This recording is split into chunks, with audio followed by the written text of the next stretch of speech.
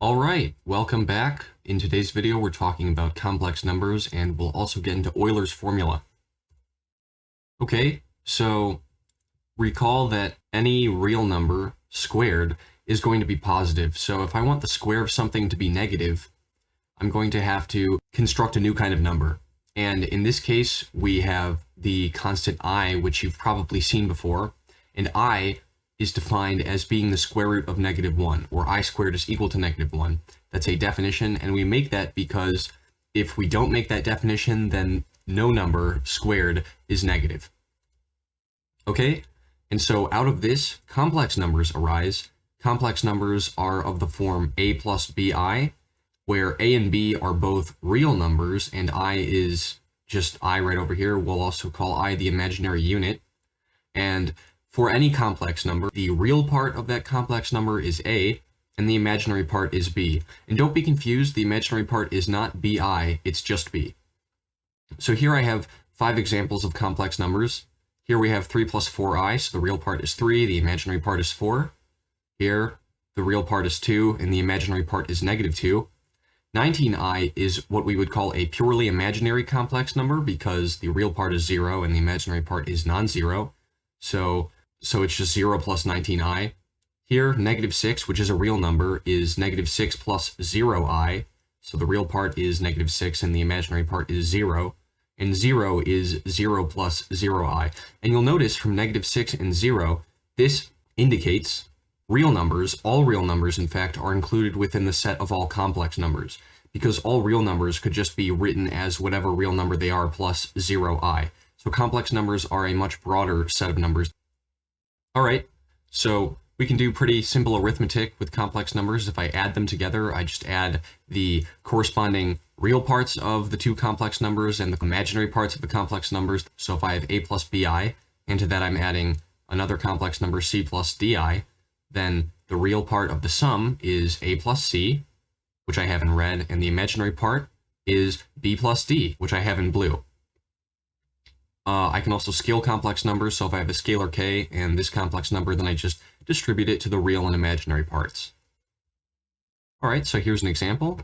So I have 2 complex numbers in parentheses here, and they're both multiplied by scalars, and then I'm adding them together. So the first thing I do is I scale this first complex number by 3, and then I scale the second complex number by -4, and I get these 2 complex numbers, 6 minus 6i and -4 plus, minus 12i. And then I add them together. So for the real parts, 6 minus 4, that's 2. And for the imaginary parts, -6 minus 12, that's -18. So this is the result. So when I multiply complex numbers, I use what you may have heard referred to as the foiling method that you were probably introduced to in high school. That's where I just have 2 binomials, and a complex number is effectively a binomial, and I multiply the first terms, then the outer terms, then the inner terms, then the last terms. And that's exactly what we've done right here. So the first terms, a times c, that's ac, and that is a real number.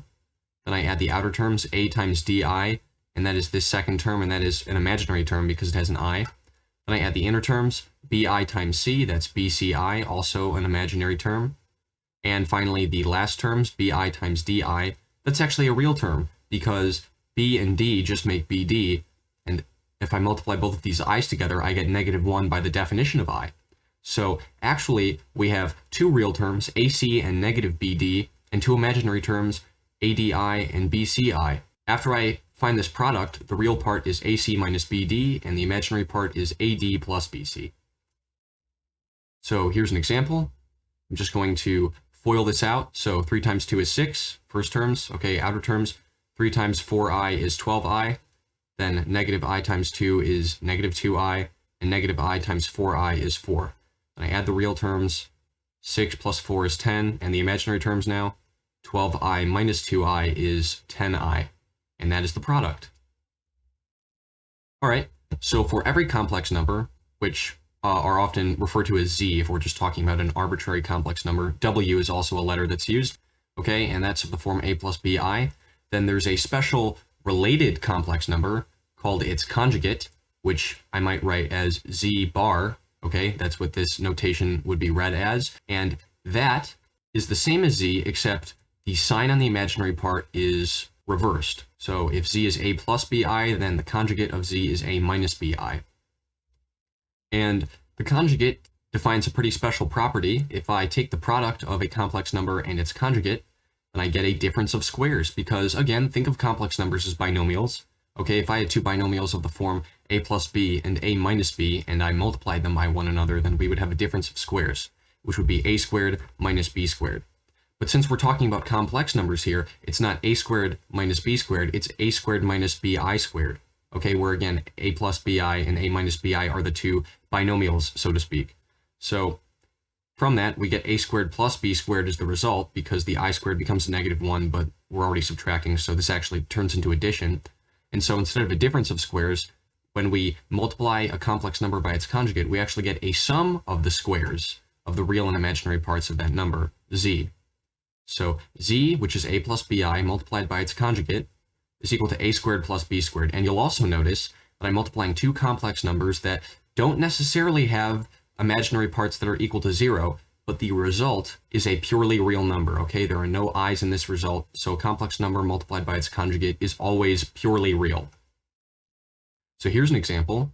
This complex number called b is equal to 3 plus 4i, and its conjugate is 3 minus 4i. And when I multiply them by one another, I get a difference of squares, so it's 3 squared minus 4i squared, so that's 9 plus 16, which is 25. All right, so this property becomes even more useful when we're talking about quotients of complex numbers. So say I have this quotient, just an example, 3 minus I divided by 1 plus 2i, but I'd really like to write this as just one complex number instead of writing it in this notation that indicates maybe 2, okay? Well, what I'll have to do is I'll have to make real the denominator of this fraction, and the way to do that is to multiply the denominator by its complex conjugate. But of course, whatever we do to the denominator, we also have to do to the numerator. So the denominator, because it's 1 plus 2i multiplied by its conjugate 1 minus 2i, will become a real number, and that's 5. And the top is just a regular product of complex numbers that we saw previously. So whatever 3 minus I times 1 minus 2i is, which happens to be 1 minus 5i, is going to be on top. And this is just one complex number. I can write it in a better form here, more simple. I can write 1/5 minus I. And so we had a quotient here, but to make it more simple, something that would not have been immediately obvious, I multiply the entire fraction, the top and the bottom, by the conjugate of the denominator, and that makes the denominator real, and the numerator just becomes the result of the product, and I get one complex number. Okay, so let's think about the complex plane. So the complex plane is just the two-dimensional plane where the horizontal axis is the axis of real numbers, the vertical axis is the axis of purely imaginary numbers, so complex numbers with 0 real part, okay? And all this space in between, all these quadrants contain complex numbers with different real and imaginary parts, and the origin of this plane is the complex number 0 plus 0i. So in that case, any complex number, like an arbitrary complex number z, is plotted as a point on the complex plane, where the horizontal coordinate of that point is the real part, a, and the vertical coordinate of that point, that complex number, is the imaginary part, b. So if z equals a plus bi, then its coordinates are a comma b, so to say. And z's conjugate is going to be reflected about the real axis, because the real parts are the same, a is the same for both of these, but the conjugate of z has negative bi instead of plus bi. So the imaginary part has been reversed. And so the point gets reflected about the real axis. So we can also think about the length of the distance from the point representing a complex number on the complex plane to the origin of the complex plane, which is 0 plus 0i. All right, and that distance is not called the magnitude like it would be for a vector. It's called the modulus of a complex number, which I write as, in this case, for a complex number z, it would be z in between these two vertical bars. And the angle that the line from the origin to the point on the complex plane for z makes with the real axis, okay, this angle phi is called the argument of z. And so the way we find the modulus is just by the distance formula. It's the square root of the horizontal distance squared plus the vertical distance squared, which is right here, the square root of a squared plus b squared. And the argument phi is equal to the arctangent of b over a. All right, so we can also write complex numbers in polar form, which is pretty straightforward. We just write their real and imaginary parts not as their own numbers like 5 or -3, but in terms of the modulus and argument. So this horizontal distance, which is also a, is also the modulus of z times cosine of phi, the argument, and this vertical distance, which is b, is also the modulus of z times sine of phi. And so z is equal to a plus bi, or the modulus of z times cosine phi plus the modulus of z times sine phi times I. So let's take a moment to talk about Euler's formula, which is as follows. E to the I phi is equal to cosine phi plus I sine phi. And this is related to the polar form of a complex number, as we'll see. So prior to this formula's introduction, there was no definition, essentially, of what a complex exponential would look like. And that's what this is called. A complex exponential is e to any complex power, essentially. So in this case, we can look at this formula, and it's saying that a complex exponential is a complex number. And if that's the case, then it implies that a complex number could be rewritten as a complex exponential. I mean, cosine phi plus I sine phi, that is awfully similar to the polar form. I'll go back, which we have right here of a complex number z. It seems like phi might be an argument of some sort, and if I were to multiply this complex exponential by some quantity, then that would multiply cosine phi and I sine phi, which is very similar to how the modulus of z multiplies cosine phi and I sine phi. And so let's look at this example here. So again, an arbitrary complex number z, and this is the polar form. And what you'll notice is if Euler's formula says that e to the I phi is equal to cosine phi plus I sine phi, then the modulus of z times e to the I phi is equal to the modulus of z times cosine phi plus the modulus of z times I sine phi. So in other words, Euler's formula says that if I have a complex exponential, then the exponent, the part that isn't I, is the argument, and the coefficient in front of the complex exponential is going to be the modulus of the complex number that has been written in this exponential form. And so we usually write this coefficient in front, we just call it r. So here's an example. I have a complex number z, and that's 1 minus I. Okay, and so if I want to rewrite z in exponential form, then I'll have to go through these steps. First, I'm going to have to find r, which is the modulus of z. So the modulus is just calculated through the distance formula. So I take the square root of 1 squared plus -1 squared, and that is root 2. All right, and then I want to find the argument. So that's the arctangent of the imaginary part over the real part, arctangent of -1 over 1, and that is -pi/4. So now I know r, the modulus, root 2. I know phi, the argument, -pi/4. And so z in exponential form is equal to root 2 e to the I pi/4. And again, let's see what this would look like if it were expanded out. So first, the e to the I pi/4 part, when expanded by Euler's formula, is going to look like cosine of pi/4 plus I sine pi/4. But both of those terms are multiplied by root 2, so it's going to be root 2 cosine of pi/4 plus I times root 2 sine pi/4. And that is exactly the polar form of this complex number. But you can also just find it from the regular form of the complex number like we did here. We find the modulus, we find the argument, and then we replace r and phi in r e to the I phi with the actual values of the modulus and argument. Okay, so here's another example, a complex number w, and that is -2 plus 3i. So we're going to go through the same steps. Find the modulus, okay, the square root of the real part squared plus the imaginary part squared, and that is root 13. The argument, which is the arctangent of the imaginary part over the real part. And since the arctangent of 3 over -2 is not some clean value, we'll just understand in the final answer that phi is equal to whatever the value of this arctangent is. And so in that case, w is equal to -2 plus 3i, and in exponential form, it's equal to root 13 times e to the I phi, where again, phi is this value of the arctangent. All right. So now let's think more generally about raising e to the power of any complex number with some real part and some imaginary part. Before, when we were looking at e to the I phi here, this is technically raising e to a complex power, but the real part of this is 0, right? This is 0 plus phi I. So now let's actually look at raising e to powers of complex numbers in general. So I have a complex number alpha, and that is e to the a plus bi. A plus bi is a complex number. And so by the properties of exponents, I can rewrite this as e to the a times e to the bi. All right. And so by Euler's formula, e to the bi is equal to cosine b plus I sine b. And both of those terms are multiplied by whatever's in front, which is e to the a. So in total, it's e to the a cosine b plus I e to the a sine b. And what you'll notice is that if this were the polar form of a complex number, then b would be the argument of that complex number. And what are we multiplying both of these cosine and sine terms by? E to the a. So e to the a would serve as the modulus of this complex number. So if I have a complex exponential with a complex number of the form a plus bi, then the modulus of that complex number is e to the a, and the argument of that complex number is b. So here's an example.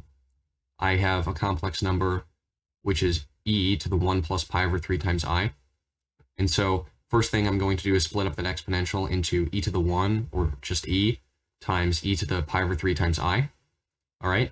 And so by Euler's formula, e to the pi over 3i is equal to cosine pi over 3 plus I sine pi over 3. I multiply both of those terms by e, which we see here. And conveniently enough, of course, this example was chosen for this reason, pi over 3 allows us to simplify cosine and sine into 1/2 and root 3 over 2. And so the result, the answer is e times 1/2 plus e times root 3 over 2 times I. So we take a complex exponential, and now we rewrite it as a regular complex number in this form that we saw before. All right, so Euler's formula, even though it is technically a definition and definitions can be somewhat arbitrary, needs some justification to maybe understand why there's reasoning behind it, because there is. So first, I want to introduce a notation.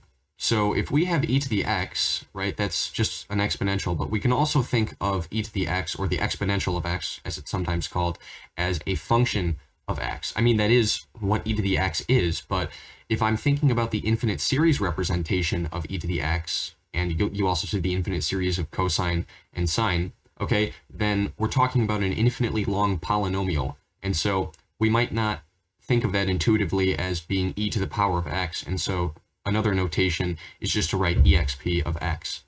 This is the Taylor series from calculus. This is the infinite series of cosine of x and the infinite series for sine of x. All right? So now, let's say that we're looking at the infinite series not of e to the x, but the exponential of I phi. So instead of x, we're just having I phi. How does that change things? Well, I'll go back for a moment.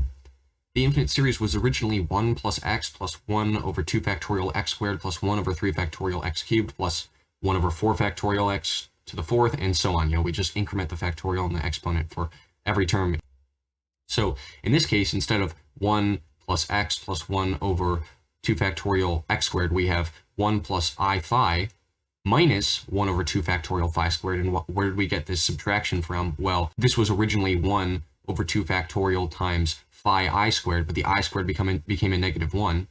Then for the next term, we're multiplying it by another phi and another I, and so the I just goes to the front. All right, and then this is 1 over 4 factorial times phi I to the 4th, and I to the 4th is just 1, so that's why we're just adding 1 of this term, and there's just phi to the 4th, and so on. And so you can hopefully glean a kind of pattern out of this. We have plus 1 plus I phi, and then we have minus minus plus plus minus minus, and so on. So the pattern basically alternates. We have 2 additions and 2 subtractions, and then 2 additions, and so on for every term in the infinite series for the exponential of I phi. How about just cosine of phi? Well, this is the exact same infinite series as that for cosine of x, just with phi. And what if I looked at the infinite series of I times sine of phi? Well, in that case, I'm just multiplying the infinite series of sine of phi by I. And what does this tell us? Well, this shows us by the infinite series that Euler's formula is true, that it makes sense. And why is that? Well, let's look at the terms of the exponential of I phi. The first term is 1, and where could we get a 1 from? How about the first term of the series for cosine of phi? And then our next term is I times phi. That second term comes from the series of I times sine phi, because that is I is being multiplied by all the terms in this series, and the first term of the series is phi, so the first term of the entire thing is I phi. And then the next term is minus 1 over 2 factorial times phi squared, and that's exactly the second term in the series for cosine of phi. And so it seems like if I alternate picking terms from first cosine of phi and then for the series of I times sine of phi and so on, I in fact construct the exact series for the exponential of I times phi. And that is true. That is a pattern that we see. And so this formula that e to the I phi is equal to cosine phi plus I sine phi is justified by the infinite series of these functions. So now that we understand Euler's formula, let's look a bit more at the implications of complex numbers written as complex exponentials. So if I have two complex numbers, u, which is equal to r1 times e to the I phi 1, and v, which is equal to r2 e to the I phi 2, then when I add these together, I obviously get this. I multiply r1 and r2 together in front of e, and I add the exponents. But what is this telling us about the complex numbers, perhaps in the complex plane? Well, whatever coefficient we have before the exponential, r1 and r2 in these cases, are being multiplied by each other, but those are also the moduluses of u and v respectively. So it seems like when I take the product of two complex numbers, what I'm doing in the complex plane is I'm creating a new complex number whose modulus is the product of the two moduluses of the operands here. And what do I do with the arguments? I add them. I add the arguments. So let's look at an example. So let's say u is equal to 2 e to the I pi over 6 and v is equal to 3 halves e to the I 2 pi over 3. So I multiply the moduluses. So the modulus for the length of u is 2 and the length of v is 3 halves. The product of those is 3, and in fact the length of the product, uv, is 3, as we see here.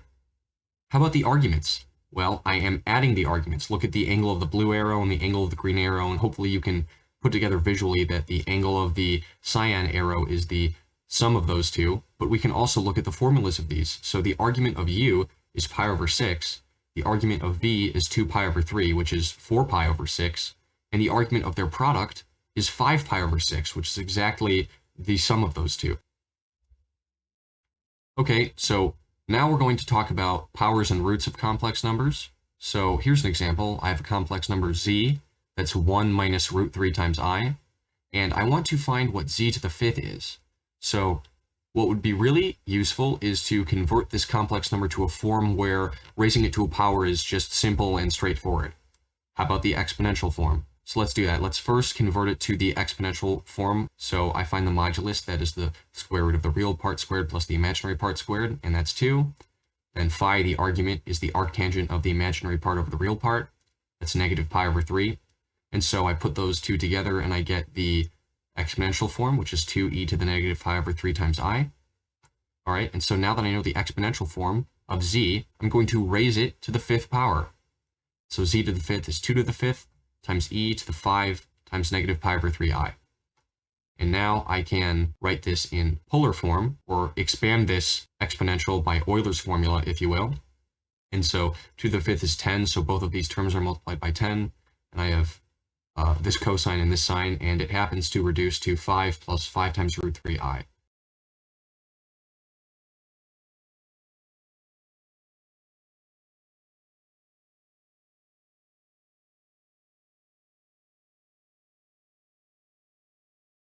And so if I want to raise this quantity to the nth power, what I'm also doing is I'm raising what it's equal to the nth power, and it's equal to, by Euler's formula, e to the I phi.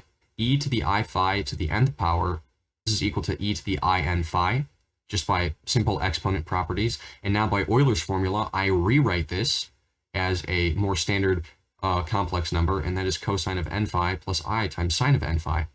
And so de Moivre's theorem says that cosine of phi plus I sine phi to the nth power is cosine of n phi plus I sine of n phi. Okay, so we talked about powers, but let's talk about roots. So we know, perhaps from the quadratic formula or just from intuition, that if I have a number and I want to find its roots,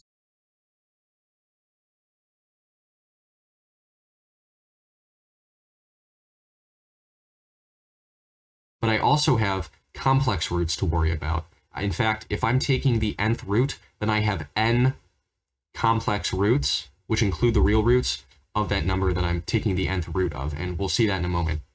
So let's say I have complex numbers of the which are z, and when I raise them to the nth power, I get 1. So the nth roots of 1 are these complex numbers z. So what are they? Well, z is a complex number, again, which can be written in the form re to the I phi. And so if I'm raising it to the nth power, then I have r to the n times e to the I n phi. And what if I wrote 1, which is a complex number 1 plus 0i, as a complex exponential? Well, that would be 1 e to the 0i. And so what's interesting is, and this becomes apparent just from looking at the complex plane and sort of using intuition, I'm not going to prove it, but two complex numbers are equal only if their moduluses are equal and their arguments are equal. And so in this case, what I'm saying is that r to the n must equal 1 and I n phi must equal 0i. So let's first talk about r to the n being equal to 1. So in that case, pretty simply, r needs to equal 1, right? 1 to any power equals 1. Well, how about the exponents being equal? So they both have I in them, right? I n phi and 0i both have I in them, so I can get rid of that. And so I have n phi is equal to 0, but what's this? Plus 2 pi times k, what does that mean? Well, think about the unit circle. On the unit circle, I have a point, but in this case, I'm specifying arguments here. 0 is the argument. But if I go a full revolution around the circle, if I go a full angular distance of 2 pi radians around that circle, I arrive back at the same argument effectively. And so if I take the argument 0, or I add onto it any integer multiple of 2 pi, and that's what k is. K is any integer. It could be -5, 0, 1, right? And so if I add any integer multiple of 2 pi onto 0, I go around the circle once and I arrive back at the same argument. And so right here, this notation basically just says that k is a member of the set of integers. If I solve for phi now, right, I already know that r is 1. If I solve for phi, it's equal to 2 pi k over n, where k is some integer. And again, just think about going around the circle some integer multiple of 2 pi radians, and you arrive back at the same argument, which is 0. And we can use this to find what the roots of 1 are, which are the complex numbers z. And so in that case, these complex numbers are going to have a modulus of 1, which is r, and they're going to have an argument of 2 pi k over n, where k is some integer, and that exponent is multiplied by I. And here's the exponential function notation that we can use, because, you know, writing fractions in an exponent is kind of a tricky thing to do. And so z is equal to the exponential of 2 pi k over n times I. So here's an example. I'm looking for the 6th roots of 1. And so the nth roots of 1 are all the complex numbers z of the form e to the 2 pi k over n, I. But in this case, n is 6, so we're looking for complex numbers of the form e to the 2 pi k over 6, I. And so what if k is equal to 0? Well, that's just 1. 1 is equal to e the 2 pi k, where k is 0 over 6 times I, right? Or in other words, 1 is equal to e to the 0. And 1 is in fact one of its 6th roots. 1 is always going to be one of its roots. All right, but what is the next root? Okay, and this Greek letter is zeta. All right, so I have another one, zeta, which is equal to e to the 2 pi over 6i. Okay, so in this case, k is equal to 1 because I am adding on to the argument of 0, 1 of 2 pi. And then that is being divided by n, which is 6. So I'm adding 1, the integer multiple 1 of 2 pi, to 0, and then I'm dividing that by 6. How about this one? All right, so the next root is e to the 0 plus 2 pi times 2, so k is 2, divided by 6, or e to the 4 pi over 6, or e to the 2 pi over 3 times I. And so that is this point on the complex plane, and so on. You can see that for all of these, for the numerator of each of these fractions that have a 6 in the denominator, I'm just adding another integer multiple of 2 pi. And you'll notice, if I start right here, so this point here for this complex number zeta, just zeta, we'll focus on that one, okay? It represents an angular distance that I'm traveling. And so if I multiply by zeta again, I get here. All right, so that's the second time. Then I multiply by zeta a third time and I get here, a fourth time and I get here, a fifth time and I get here, and a sixth time and I get back to 1. And that is, of course, because when I add complex numbers, or multiply complex numbers, whether by each other or by themselves, I am adding the arguments and multiplying the moduluses. But since these are the roots of 1, the modulus is 1. And so when I multiply them by one another, I am keeping the modulus constant because 1 times 1 is 1. And since it's the same complex number, zeta, that I am multiplying by itself, when I add the arguments, I'm adding the same argument over and over again. How about for zeta squared? Zeta squared is not just this 6th root of 1 multiplied by itself again, but it is its own 6th root of 1 as well, right? If I travel this angular distance, and this should be 120 degrees, okay? If I travel this angular distance, all right, so that is 1 of zeta squared. Then I do 2 of zeta squared, I get here. 3 of zeta squared, and I get here. 4, and I get here. 5, and I get here. And 6, and I get back to 1. So, in fact, if I travel the angular distances that each of these points that are sixths around the circle describe 6 times, I always arrive back at 1. And that is why they are the 6th roots, and you can see that there's sort of a geometric property that's arising here because of the fact that I'm adding integer multiples of 2 pi to the argument of 0 and then dividing by n for the nth root, okay, when I'm looking for the nth roots of 1, whether they're the 6th roots or the 12th roots, whatever I'm looking for. And that is that I divide the unit circle into angular sections that have an angular distance or an angular width that is equal to sort of an nth section of the unit circle. So these are sixths. And if I were looking for the 12th roots, then I would divide the circle into 12ths. And each of the points along the 12ths of the circle that I divide up angularly would be the 12th roots of 1 in the complex plane.